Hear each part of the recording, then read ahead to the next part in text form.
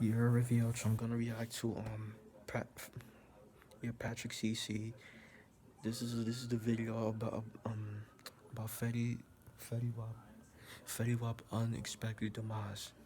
Bob is going to serve a bare minimum of 1,825 days in prison, and he's facing up to 40 years for the crimes of conspiring to distribute over Damn, 500 grams of cocaine.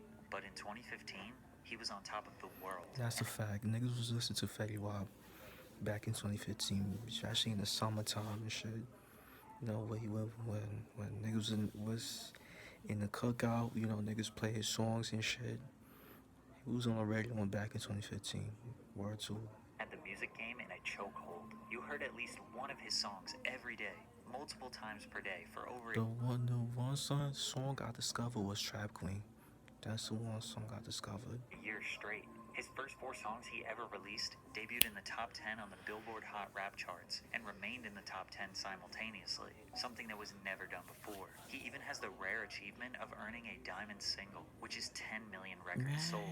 Fetty Wap made basically every wrong decision one could make throughout his entire career. He stayed loyal to the wrong people, made terrible financial decisions, and sabotaged his own career. Most people have no idea what even happened to him. How did he go from being a beloved superstar to a drug trafficking kingpin? Well, the story is even more tragic than we thought.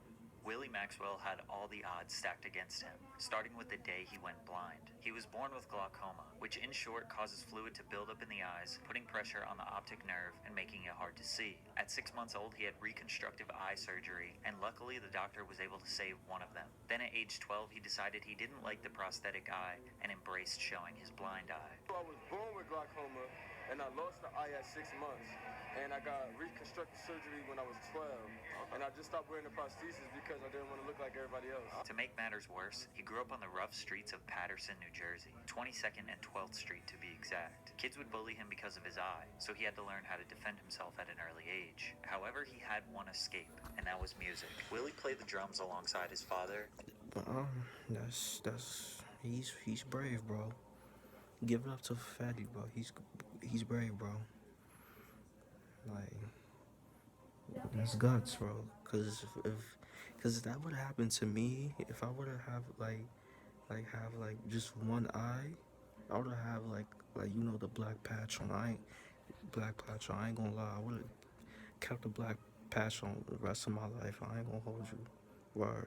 His brother, and uncle in the local church. He was constantly surrounded by music and was putting on performances even as a child. He even took his talents to the school band. But Willie didn't like school, and the kids didn't like him, which led him to dropping out as a teenager. He got his nickname Fetty because he was always trying to get the money, but he never had a job, so he hit the streets to pay his bills. His family didn't support his lifestyle, so he resorted to sleeping on friends' couches and floors. As if times couldn't get any harder, he had his first child. He was broke with no plan and destined for failure until he met Monty, who introduced a way out. Monty was a local rapper in Paterson who introduced Fetty to the music scene. P. Dice and Knit the Grit were other artists who had a little. Oh yeah, I remember that song. Like Monty did. He did a song with Fetty. Um, that's my little mama. That's my little mama. Like that song was fire. That song was fire. I ain't gonna lie. Bit of buzz in the city. P. Dice, Monty, Fetty, and a few others started calling themselves the Remy Boys, based on their love for Remy Martin's 1738 cognac. The third song Fetty ever recorded was Trap Queen. He always knew it was a hit, but it went unnoticed for years. Knit the Grit saw potential in the group and decided to quit his own rap career and start a production company / label called RGF Productions, and he signed them. But Knit was new to the business, and he needed help promoting his artists. He got connected with Muscle Team Fuzz, who is an OG in Paterson, rapper, CEO, community leader, among other things. Fuzz took Knit under his wing, showed him how to move like a boss, and how to get the support of Paterson. Fetty getting involved with these guys would be the best and the worst thing that ever happened to him. Knit and the Remy Boys would stand outside of Broadway Pizza in Paterson selling CDs. Fetty was okay with the traditional way of getting poppin' locally because his only goal was to get lit in his city. He never thought he had more potential than that, but once they took to the internet, everything changed. Fetty posted Trap Queen on his SoundCloud and YouTube, then promoted it on Instagram every single day trying to make some noise online. Despite his efforts, it was mostly unnoticed, gaining about 1,000 streams per day. At the time, he also released 679 with Monty and P. Ice. Nit and Fuzz knew these guys were making hits, and they were using all their connections in New Jersey and New York City to get these songs played in the clubs. Fuzz's artist Franco linked up with Fetty to make the song Zoo-Wop. This one was getting even more traction than Trap Queen. With RGF and Muscle Team Entertainment working together, Patterson was unified and about to put New Jersey on the map. By September 2014, Fetty Wap was a local star. Even in the middle of the internet age, Fetty managed to blow up the traditional way, in his city. 1 month later, Bobby Shmurda, who was at the peak of his career, posted a video of himself singing Trap Queen on Instagram. Blogs started covering the song, he did his first interview with Complex, and the internet was trying to figure out who this one-eyed rapper was. He secured a record deal with 300 Entertainment. However, they gave him a small advance of $200,000 because they didn't believe in his other songs. They only thought Trap Queen was a hit. 300 started pushing Trap Queen to radio stations all over the country. And in the beginning of 2015, the music video started gaining over 200,000 views per day. Funk Flex debuted a remix with French Montana on Hot 97. Rihanna said in an interview that it was the last song she purchased. Then Kanye brought out Fetty to perform at the Rock City Classic in New York City. Shortly after, Trap Queen debuted at number 86 on the Billboard Hot 100, 1 year after it was posted and 2 years after it was recorded. He went from local legend to mainstream household name in just a few months, but he didn't want all the fame for himself. Like, I had a plan of how this shit was supposed to go.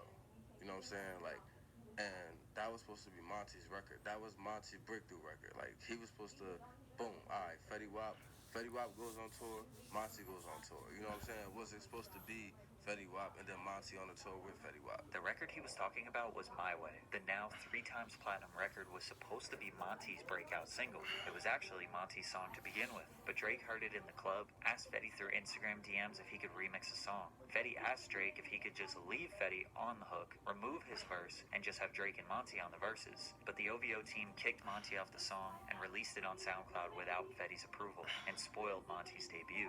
The song was blowing up on the internet, but neither Fetty nor 300 Records ever really promoted the song. It wasn't even available on iTunes or streaming because Fetty didn't like the way Drake handled that business. Instead, they re-released the old track 679 to focus more on the Remy Boys. 679 hit Billboard immediately.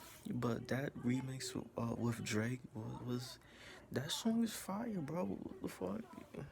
Song's fire. I ain't gonna lie. Then a month later, I like Drake part in that song too. Fourth single, Again, also hit the top 10 on the Billboard Hot Rap charts. By mid-2015, Fetty had his first 4 singles in regular rotation on the radio, but the fame never got to his head. When he made his first $1 million, he gave it to Nit the Grit for signing him to RGF and making all of this possible. But Fetty spent his money recklessly. The most superstar thing I've done, I spent a lot of money. I can say that. On this particular trip, I was like $8 million. On one trip? Yeah. Bro, we go to the hotel, and the hotel was like, yo, we don't have enough rooms. And I'm like, you know what? I don't want to hear this. Right. Call my man like, yo, I need a house right now. Right. Like, you want to rent it? I'm like, nah, I'm just going to buy it.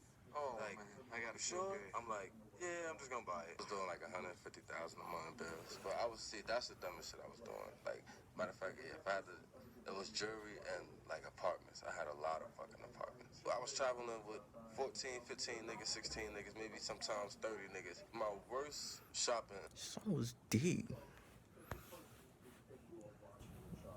Yeah. Experiences was Barney's when the Balmain shit came out. Yeah. We talking about $1,300, $1,400, $1,500 pair of jeans, bro. I'm buying 30 pair of jeans. Now, mind you, I'm only wearing 1 pair, but we spending I'm spending $45,000 in this motherfucker on jeans, bro. I ain't even get my shirt yet. Fetty would travel with 15 to 30 people, paying for all of their expenses, buying them all chains. Well, his day ones. Spending $45,000 on jeans just so everyone could have a pair, bringing them all on stage during his shows. He wanted to show everyone the lifestyle, not because he felt pressure, but because he genuinely loved his people. When his debut album was finalized, he took the Drake feature off of My Way. He's on that loyalty over everything, bro. Honorable, but this genuinely hurt his career, and Nit the Grit didn't step in to try to force Fetty to do it. Drake and Fetty never talked again. One thing about me at that time, bro, nobody could tell me shit. Like, at that time in my life, like 2015, 2016, you couldn't tell me nothing. The selfishness part was me. That wasn't for nobody else. That was me. I knew certain shit I could have did to make my shit better, but I ain't want to. Like, Bro, a lot of shit that I went through, like I said, I'm happy all that shit happened. But yeah, for the most part, a lot of that shit was my fault, bro. Like, Unfortunately, in the music industry, you have to make sacrifices. Fetty didn't care. His management let him be the boss and make the decisions. He felt more like a regular dude than an industry dude. He hated the idea of connecting with celebrities and networking. He thought it was all fake. He wanted to be with his real friends in New Jersey. He gave His day ones. He want to be his day ones. He don't want to be. He don't want to be with, mainstream niggas. Like, everyone from Jersey a feature for free. But it's okay to do a song with, like, industry with other rappers. It's networking that could, like, help you, like boost your status up. You are, like, it's okay. Like, there's nothing wrong with that. He hated interviews. He was quiet and humble. He focused on everyone but himself, which is respectable, but not marketable and not good for business. Unfortunately, no matter how much love he showed to the people around him, despite all the money he shared, it got bad for Fetty, and they turned on him. yeah, everybody got that shit. Everybody. If you from the hood and you make it out, it's the hood curse. It's like, so it go like this, right? So first is, that shit ain't gonna be then it's gonna be like, oh, he got some going, and then it's like everybody supporting you. Oh yeah, we gonna make it. He about to make it. And then when you make it, it's like, all right, well, he ain't come back and do this, and he ain't and that's the hood curse. Fetty took care of a lot of people, gave them money, gave them opportunities. What they did with that was up to them. He realized some people took the money and expected more handouts, and some people used it to genuinely kickstart their own career. Yeah, niggas be like fiending, bro. Niggas be fiending. But the first fallout started with P. Dice, who was on the last verse of 679, in which Fetty removed from his album. P. Dice wasn't around much, and most people don't even remember him as part of the Remy Boys. What I told I Dice don't was, remember if you're him. gonna be a Remy boy till it's time for you to branch off the right way and bring your team up, my nigga. Don't come do shows here, do shows there, and think I'm gonna pay you like I'm paying everybody else. It don't work that way, my nigga. I can do 3 shows and be good for a couple months, my nigga. You just can't wait for that. That wasn't what you wanted. It was taking too long for P. Dice. Monty's well taken care of. But Dice says that the beef originated with Tax G, a New Jersey rapper who claims that Fetty Wap stole his sound and look.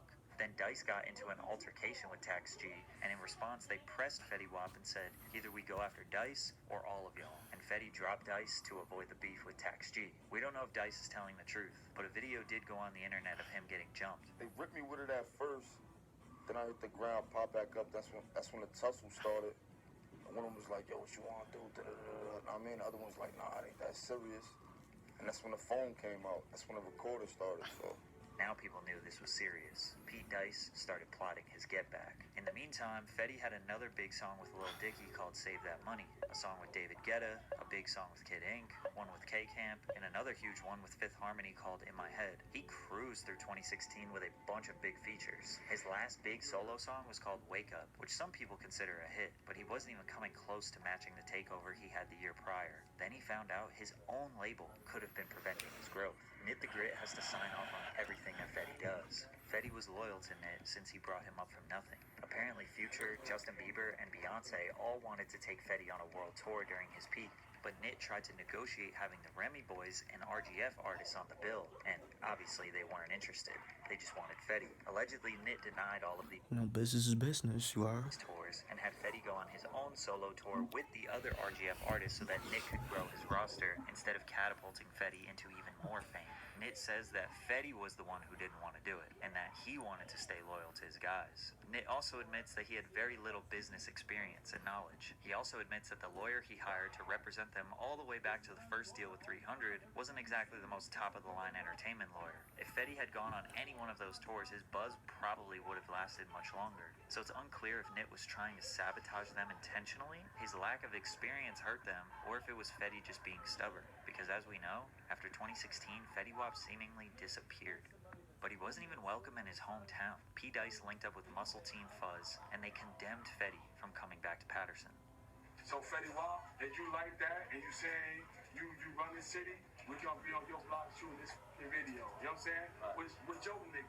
A bunch of Patterson rappers filmed a diss track on 22nd and 12th, where Fetty is from, just to prove that Fetty was not a real gangster and he didn't run anything in Patterson. A few months later, there would be a robbery involving Fetty where 3 people got shot with non-critical injuries. His chain got stolen and Fuzz posted himself on Instagram wearing it.